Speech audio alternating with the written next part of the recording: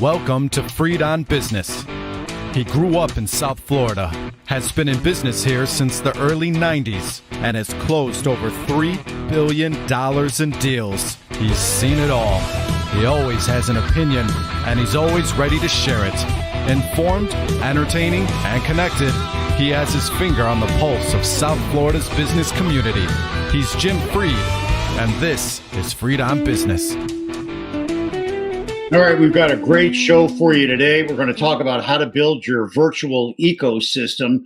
You know, things have changed. First, everybody was out there going to all the big networking events. Then COVID hit and everybody networked virtually. And then today, I would say it's pretty much of a hybrid of everything, with a lot of people that have legacy networks kind of exploiting the network and working that real hard from home. And then you have people that are looking to build their networks, going out to all these new events that are popping up all over the place, everything from pay to play to heavy pay for play. So we'll talk about what to do to build your virtual ecosystem right after we give a thanks to Warren Henry. I want to thank Warren Henry for being a sponsor of the show for over a decade, probably 13, 14 years now. Warren Henry helps us build our virtual network, and we help Warren Henry build theirs. If you're looking to buy or lease a car, you always want to get every advantage that you can. That's why you have to check out Warren Henry. And now let's talk about our topic. I built an entirely new network over the last 7 months. I've switched the focus of what I do from traditional real estate, where I may find one person on LinkedIn that I hadn't known before, go to link in with them, and maybe we know 10, 15. There's people where I have 500 or 1,000 common contacts with.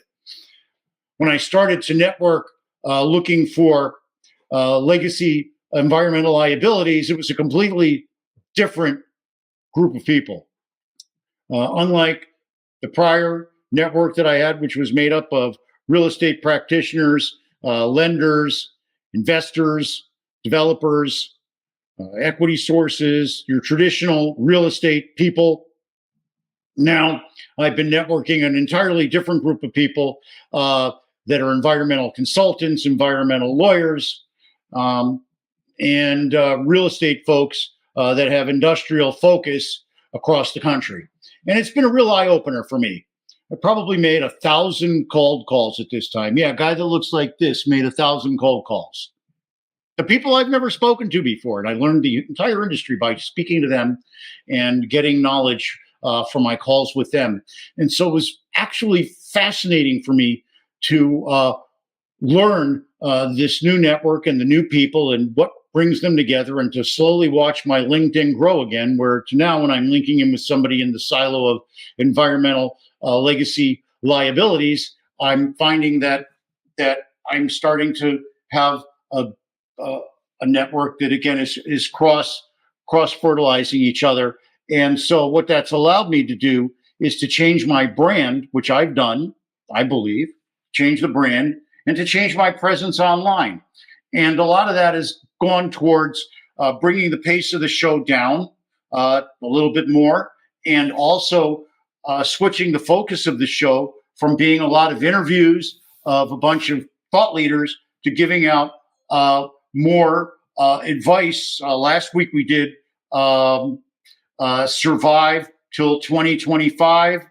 Prior to that, we did some other shows that have been really increasing our drag. Mr. Mendoza tells me that we're getting downloads at a pace that's absolutely incredible, given the current downloads. Now, one of the things that Bruce Turkel has taught us in other interviews with him, especially the ones where he talks is that all there is to make sure that before you go into your next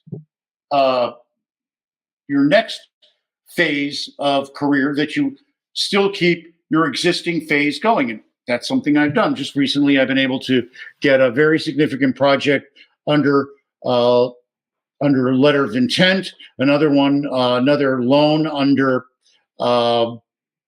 term sheet.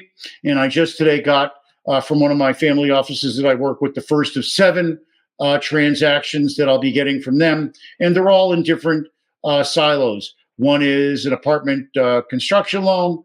One is the acquisition of a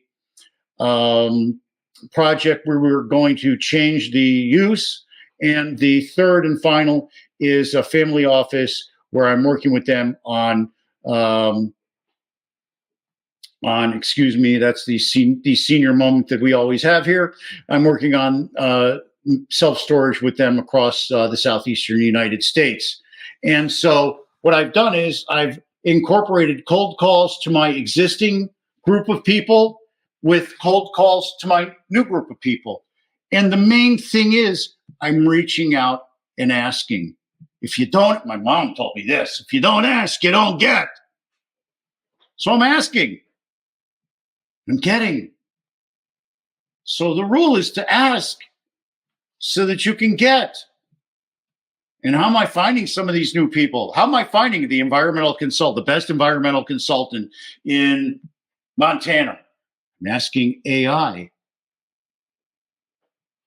So now I call up the people, I get them on the phone. You know, I gotta make 10, 11 calls to get one person picks up. If you call right before the top of the hour or the half hour, usually they think you're the conference call that they're expecting, so they'll pick up.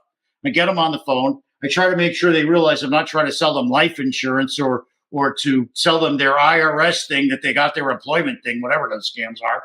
I go, hi, I'm Jim Fried. I'm calling, and this is why I'm calling, and it's real new business. Usually they're going to listen because I get it in before they hang up. And then we start talking. And, it's different than networking in person. Networking in person, they're there. They expect it. They're there. They're open for business. Here, they're trying to keep away from you usually. A lot of times I'll get their assistant to bring me on. That helps me get through. I'll get the front desk to bring me through. That helps me. Sometimes I'm calling a big global company with offices all over the country, and you got to pick which one you're going to do. I've tried to call a home office, but sometimes the best office is to call the one in Miami and use the person in Miami's name at the home office. So there's all kinds of different techniques. And then the final technique I'm using is the ultimate, which is doing all kinds of guerrilla research. We just hired, hopefully I'll have him on the show soon, a young man to assist me to do all kinds of research. I don't know, I do analog, I'm still trying to look up what magazine the thing is in. This guy knows he goes to this database and that database, and then they cross over, and then the databases talk, and then they give out the answer, and then I don't know how all that works, but the young man is teaching me. And then finally, there's texting versus emailing. Now, during COVID, I used to get up, and probably for the first 500 days after, March 15th, whatever day that was, Friday the 13th, I would send out a text. I would make a LinkedIn post. I would send it to my friends. They would expand. And that's how I kept in touch with everybody. But after a while, even that gets a little boring. People don't really want to do it. They kind of get fed up. A text requires an instant notification. And if you're out of I'm hiding in my house in my Serenity Garden, and you're back out there doing networking, you probably don't want to be hit with a text while you're in the middle of a phone call. So then I've switched to now sending it as email. What do I write on the email?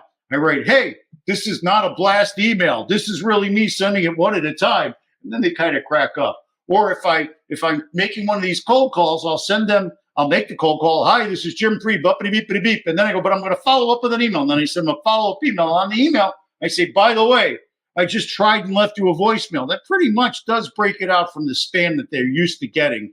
And sometimes I send a link, sometimes I don't. When you send a link, I think sometimes the spam filter at these big companies stops it. So then I just say, please check us out, Google us, and then I put the name, and it really has worked. So this is what I've been doing to build my network. But the one thing that really turbocharges it is, if you're listening to me now, you know it. And that's creating the social media contact. We all know that that's how I found the kidney. I want to thank, of course, Betty DiMartini, who answered my prayers. It wasn't LinkedIn. It wasn't Twitter. It wasn't Facebook. It wasn't Instagram. It wasn't Snapchat. It was Craigslist. That's right, Craigslist. So you never know. You never know. And I want to thank Betty DiMartini, because what she shows our community coming together. The power of social media was able to project who I was, who my wife was really, and what we were looking for and why. And Betty has told us that she selected us because she felt through social media that she was able to get to know us, that you was able to see that we were spiritual and kind, that we were really working hard. We weren't just waiting. We were praying to God, and that was extraordinarily important to Betty, who's a very spiritual person. That's really what it is. That's really what it is. I'll be back in just a second to give you the final takeaway. You're going to want to hear this. Mr. Mendoza, your turn.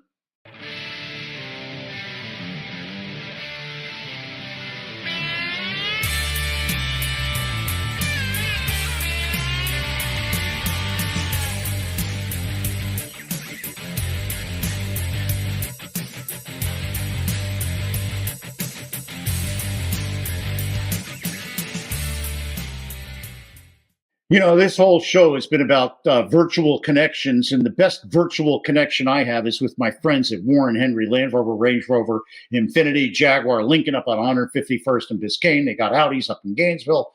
They got all of them down in Key West, and they got these great Land Rover, Range Rover stores in South Dade and West Dade. But this show today is about virtual networking and building your virtual network. And the folks at Warren Henry are experts. They throw these great events. They have outreach with me, with Floyd. It's just absolutely wonderful. And you can feel the power and kindness when the folks at Warren Henry are reaching out. And that's what it's really all about, is the power and the kindness, making you a member of their family. You know, I always say become a member of the Warren Henry family. That's more than BS. That's an energy field. That's a force that you feel when you go over there and you can actually share their good energy. It's wonderful. And got to tell you, Jack, the F&I guy, one of my favorite folks over there. I love going to see Jack, Gio, all the rest of the team over there, all my friends at Warren Henry. Make sure you check out Warren Henry, Land Rover, Range Rover, Infiniti, Jaguar, Lincoln, all the rest of the great nameplates. My mom loves them. My wife loves them. My clients, everybody goes there for the Warren Henry advantage. You should too. Always the best price, always the best service, always Warren Henry.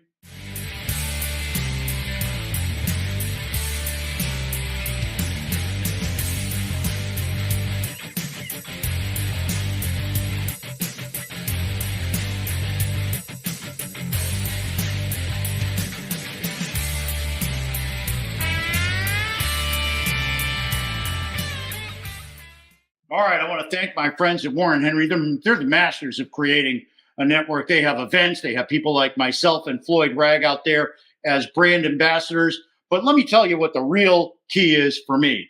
When I make these cold calls to somebody I don't know, I do research. I look them up on their website. I make sure they're the right person to call. I make sure I know what they like. I read all the way to the bottom to find out about their personal likes. I look them up on LinkedIn. I Google them. And when I call them, it's almost as if I knew them already. And when I get them on the phone, they know that I cared enough to look them up. And usually I'll have a hook. Like the last person I spoke to, I knew that they like to project and present at the universities. So I offered them the opportunity to come present to the kids to the students, they're not all kids, at the University of Florida real estate program, the engineering and the building construction, and they were all over it. And that's how I'm building that relationship.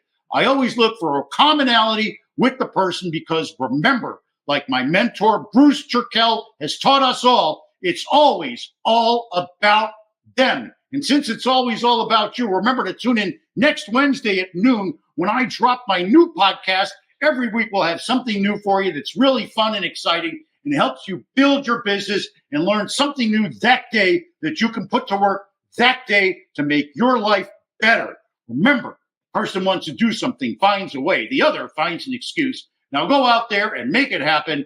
God bless you. God bless the United States of America. This is where Mr. Mendoza helps me look my best.